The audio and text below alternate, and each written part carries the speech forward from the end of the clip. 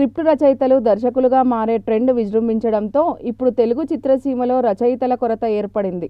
దర్శకుల్లో script రచన తెలిసిన వారు కూడా ఉన్న కారణంగా హీరోలు వాళ్ళు చెప్పిన కథలకే ఎక్కువ ప్రాధాన్యం ఇస్తున్నారు.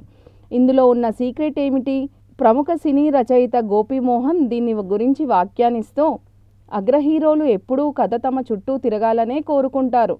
తక్కిన పాత్రలన్నీ ఏదో పేరుకు అలా వస్తూ పోతూ ఉంటాయే తప్ప వాటికేమీ ప్రాముఖ్యం ఉండదు.